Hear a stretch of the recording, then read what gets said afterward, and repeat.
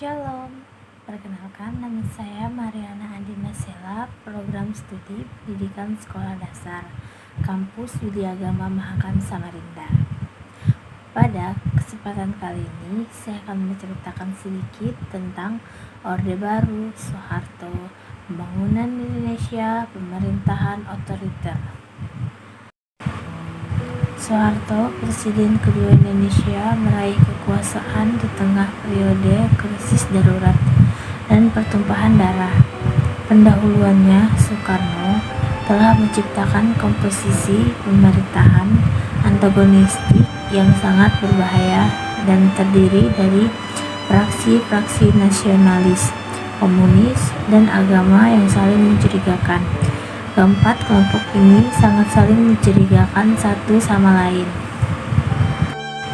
Ketidakpercayaan ini kemudian memuncak pada tragedi di pertengahan 1960-an ketika sekelompok perwira dan aliran kiri karena pengaruh Partai Komunis Indonesia melakukan kudeta dengan menculik dan membunuh 7 pimpinan utama militer yang mereka tuduh ingin menjatuhkan Presiden Soekarno.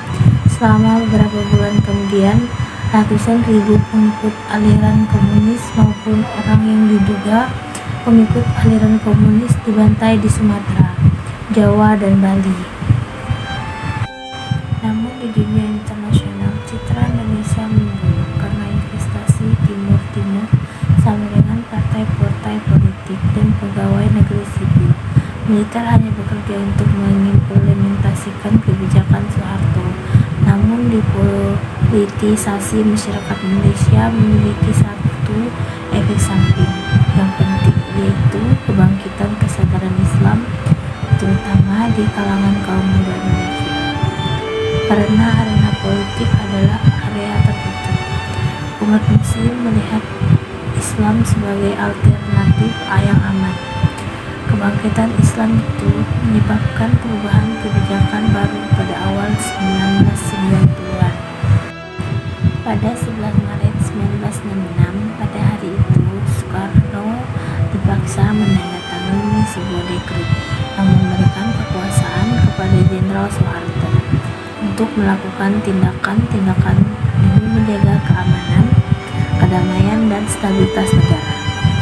Ini menandai munculnya era baru yang disebut Orde Baru, dan berarti bahwa kebijakan-kebijakan pemerintah diubah dengan drastis. Hubungan dengan dunia barat yang telah dihancurkan Soekarno dipulihkan sehingga kemungkinan mengalirnya dana bantuan asing yang sangat dibutuhkan masuk ke Indonesia. Manajemen fiskal yang penuh kehati-hatian mulai dilaksanakan oleh para teknokrat dan konferensi yang berbahaya dan mahal melawan Malaysia dihentikan. Langkah selanjutnya yang dilakukan oleh Soeharto adalah depolitisasi Indonesia. Sebaliknya, mereka seharusnya mengimplementasikan kebijakan-kebijakan yang diformulasikan oleh atasannya. Golkar digunakan sebagai kendaraan parlementer yang kuat milik Soeharto. Golkar ini mencakup beberapa ratus kelompok fungsional yang lebih kecil yang memastikan bahwa masyarakat Indonesia tidak bisa lagi dimobilisasikan oleh partai-partai politik.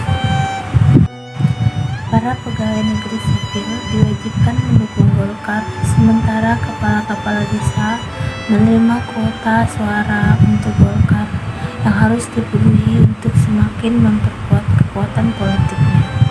Soeharto mendorong sambilan partai politik yang ada untuk bergabung, sehingga tinggal dua partai. Partai pertama adalah Partai Persatuan Pembangunan yang terdiri dari partai-partai Islam, dan partai kedua adalah Partai Demokrasi Indonesia, terdiri dari partai-partai nasionalis dan Kristen. Semua ketidakpuasan yang diekspresikan di publik secara ditekan sisi ekonomi dari perubahan kebijakan ini dan mendapat banyak dukungan dari masyarakat Indonesia adalah dimulainya usaha-usaha membatasi investasi asing dan kebijakan-kebijakan yang memberikan perlakuan khusus bagi para pengusaha pribumi. Produk minyak domestik yang memuncak memastikan bahwa pendapatan negara berlimpah. Namun kebijakan-kebijakan ini juga menyebabkan tidak kepuasan di masyarakat Indonesia karena pemerintahan dianggap terlalu fokus pada menarik investor asing, sementara kesempatan-kesempatan investasi yang besar hanya diberikan kepada orang Indonesia yang biasanya merupakan perwira militer atau sekelompok kecil warga keturunan Tionghoa. Demonstrasi ini berubah menjadi kerusuhan yang besar yang disebut kerusuhan Malari. Adalah pengalaman yang mengerikan bagi pemerintah yang baru. Karena ini menunjukkan bahwa pemerintah tidak bisa menguasai massa. Khawatir bahwa suatu hari mungkin akan ada perlawanan dari jutaan penduduk miskin di perkotaan dan di perdesaan. Kebijakan-kebijakan baru saja dilakukan oleh pemerintah